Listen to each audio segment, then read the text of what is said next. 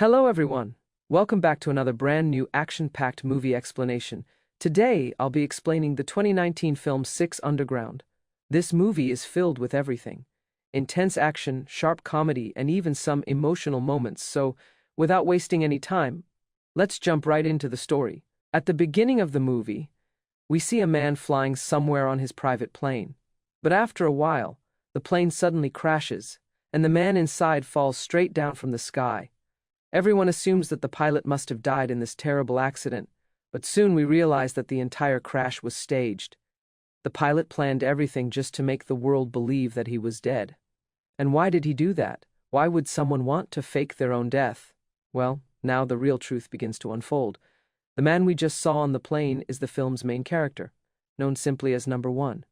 He and his team are trying to escape in a car, while two BMWs chase after them, because they've just assassinated a powerful mafia leader. This is where we learn that Number 1 leads a team of 6 people. None of them use their real names. Instead, they go by numbers from 1 to 6, so their true identities stay hidden. Their mission is simple but dangerous. They want to eliminate corrupt leaders and criminals from the world. Anyway, we see that they manage to outsmart their enemies and escape. But the danger isn't over yet.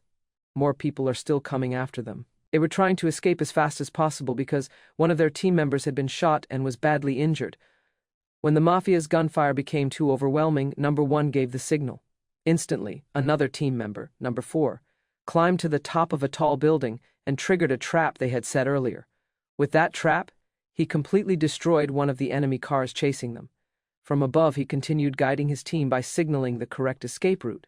Meanwhile, inside the car, Number 1 was holding an eyeball in his hand, using it to unlock the phone of the man they had just killed.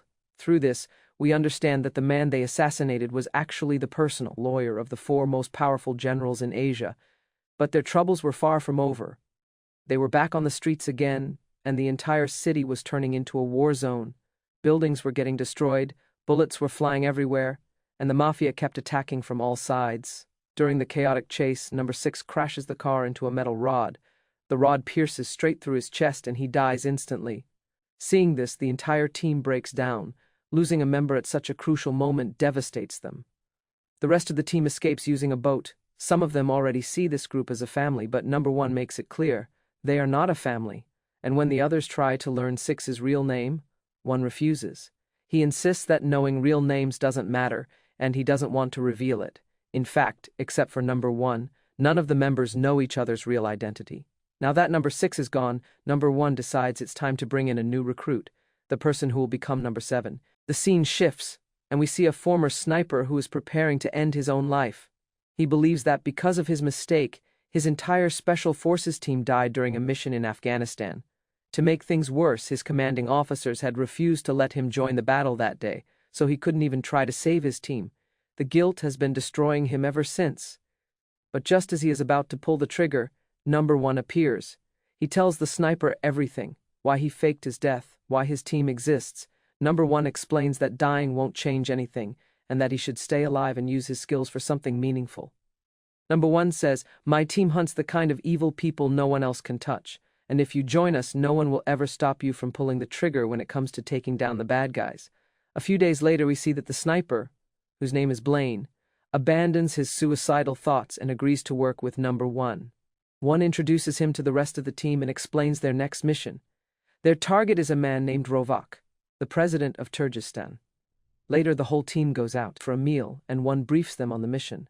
Their goal is to take down Rovak by eliminating his loyal generals and stripping away his power. This president rules his country with cruelty, abusing innocent citizens for his own benefit. All the terrible things he does are carried out by his top generals, while he pretends to be a good, caring leader in front of the world. But the president has a brother named Murat, the complete opposite of him. Murat is a good man, but he is powerless against his brother's brutal regime. So the team's plan is simple: kill Rovak and hand the country over to Murat, who supports democracy. Soon after, Number 1 travels to Kyrgyzstan and witnesses a horrifying situation. Planes are dropping toxic gas on civilians, and missiles are being fired across the city. Children and innocent people are dying everywhere. Seeing this devastating scene, 1 realizes he must act quickly. Meanwhile, Rovach is in France, enjoying his luxurious life. One of his men shows him some leaked footage. But Rovach doesn't take it seriously at all, because he was the one who ordered the footage to be recorded and spread among the public. His goal was to show how powerful he is and that no one can stop him. During a conversation with number 4, Blaine asks what he knows about number 1, because no one in the team really knows much about him. 4 explains that number 1 is extremely careful about revealing anything personal. As they continue talking, 4 mentions an important detail about the mission. Rovach's brother Murat was captured by the CIA a few years ago, and their own team member number 2 was part of that operation. Back then, no one had any idea how dangerous Rovach truly was. Anyway, their first move is to capture Rovach's generals. Rovach had sent them to Las Vegas to meet an arms dealer. Number 1 keeps an eye on their activities and notices the dealer supplying them with a dangerous chemical gas, clearly something Rovach plans to use against his own people. After returning to their hotel room, the ghost team attacks. One by one, they take down the generals and the men accompanying them. Eventually, they storm into the general's personal room, hold him at gunpoint, and demand to know where Rovach is keeping his brother Murat. Under pressure, the general reveals that Murat is being held inside a penthouse in Hong Kong. After getting the information, the team eliminates the general and moves on to the next phase of the mission. Once the mission ends, number 3 secretly meets his mother. Breaking one of the team's strict rules, he tells her the story of Turkestan. Back in Turkestan, Rovach becomes furious after hearing about the deaths of his generals. In a fit of rage, he kills several of his loyal officers and replaces them with new ones. The ghost team now heads toward the Philippines. During the journey, Blaine keeps asking questions about number 1, so number 4 decides to share his own past. He reveals that he used to be a thief. One day, while robbing expensive jewelry with his crew, their plan went wrong. He panicked and was severely injured. In that moment of crisis, his teammates abandoned him and ran away. When he regained consciousness, he found number 1 standing beside him. 1 explained everything and rescued him, eventually recruiting him into the ghost team.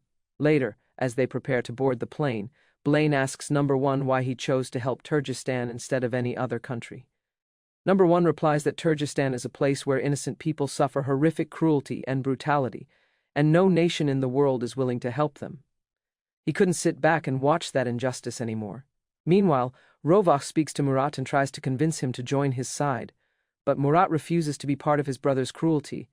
Angered, Rovach threatens him, saying that if anything happens to him, his men have orders to kill Murat as well. Soon the ghost team arrives at Murat's location and begins planning how to bypass the building's security and rescue him without getting caught.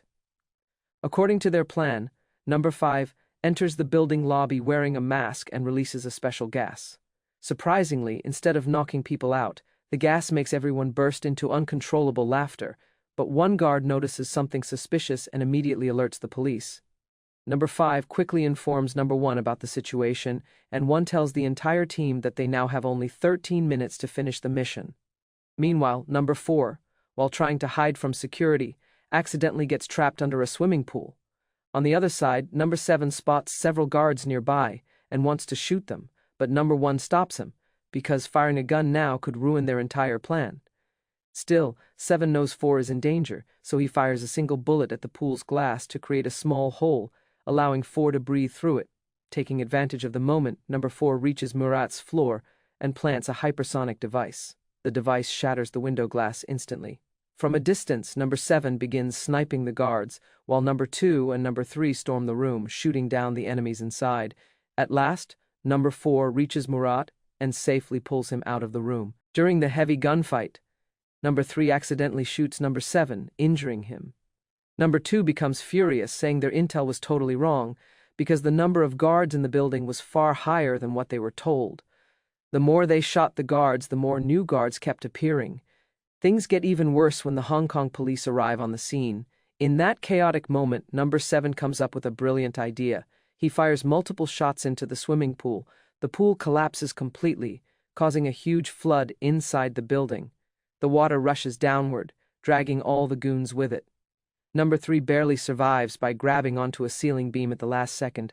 Meanwhile, several thugs surround number 1, but he fights them off and escapes. 7 watches this and is impressed, wondering where 1 learned such insane combat skills. Most of the team manages to escape across to the other building by using the cable car. But number 4 gets left behind, surrounded by goons. The attackers even cut the cable to trap him completely. He contacts number 1 and says it's impossible for him to escape. They should leave without him. He starts running while the goons chase him, even throwing grenades in his direction. As the rest of the team drives away, a police car stops them. Murat tells the police they are kidnapping him, but since he speaks in English and the officers don't understand him, they simply let the team go. Back inside the damaged building, number 4 keeps hiding desperately while the goons search every corner to kill him. Somehow, he reaches another section of the building and contacts the team again, asking if they can help him now, but one says they can't go back for him. The team decides to leave him behind, but number 7 disagrees strongly because he knows what it feels like to be abandoned. This leads to a heated argument between 7 and 1. At one point, number 7 goes alone to save number 4. He jumps out of the car, sets up his sniper rifle, and with a perfectly calculated shot, kills the goon who was about to finish off number 4. In the next scene, a heated argument breaks out between Blaine, number 7, and number 1. Blaine shouts that no team member should ever be left behind in danger. Number 1 fires back, accusing Blaine of putting the entire team at risk when he tried to save 4% earlier. Blaine insists that a human life is more important than any mission. In his frustration, he breaks the team's biggest rule and reveals his real name in front of everyone. Following him, the rest of the team members also share their real names. Everyone except number 1, who still refuses to reveal his identity. Despite the conflict, a strong bond starts forming among them, and they proceed to their next mission. Here, Murat finally understands that number 1 plans to put him in power as the new president, replacing his cruel brother, but Murat believes this is impossible. He thinks his brother will definitely catch him before that can ever happen. At the same time, number 1 discovers that despite all of Rovek's brutality, some TV channels are still broadcasting positive news about him. So the team comes up with a master plan. They will hack the national TV network and replace Rovek's live speech with Murat's live broadcast, revealing the truth to the entire nation. And that's exactly what happens. Just as Rovek begins his speech, one uses the team's devices to override the broadcast and stream Murat live on national television. Through this powerful message, the people of Turkestan finally learn the truth about Rovek's cruelty. Right after this, number 1 detonates the bombs he had planted earlier, and one by one, every statue of Rovek begins to explode and collapse. Seeing this, the people of the country erupt in joy. They flood the streets, marching together to demand that Rovek be removed from power. Meanwhile, Rovek tries to escape with his men. He urgently calls his generals, ordering them to stay ready. Moments later, under Rovek's command, toxic gas is released from above, directly over innocent civilians, causing countless people to choke and die in the streets. During all this chaos, the president secretly makes his way to a secure location, a hidden board meeting room. But poor Rovek doesn't realize that number 2 has already infiltrated the place and is waiting for him. Number 2 quietly unlocks a side door of the boardroom, allowing the entire ghost team to enter undetected. At the same time, Rovek contacts his generals again and orders them to launch attacks across the entire country, including hospitals, schools, and any place where civilians could be harmed. But before his plan can continue, Murat enters the meeting room. He confronts the generals and urges them to stand with him to restore peace to their country. At that moment, in the middle of all this, number 5 spots Rovek, who is trying to escape with his security team on a lifeboat. At the same time, number 4 is getting brutally beaten by the guards and is moments away from collapsing. Even though number 1 could have captured Rovek right then and there, he chooses to save number 4 first, because to him the ghost team has become a family, and no mission is more important than protecting his own people. Meanwhile, Rovek reaches the river, where a helicopter arrives to rescue him. He quickly climbs aboard, but to his shock, the ghost team is already inside, waiting for him, thanks to Murat's help. Number 1 could have easily killed Rovek right there, but instead, he takes him to the very same place, where Rovek once released toxic gas and murdered countless innocent civilians. And this time, those same civilians finally get their justice. They surround Rovek and beat him to death with their own hands.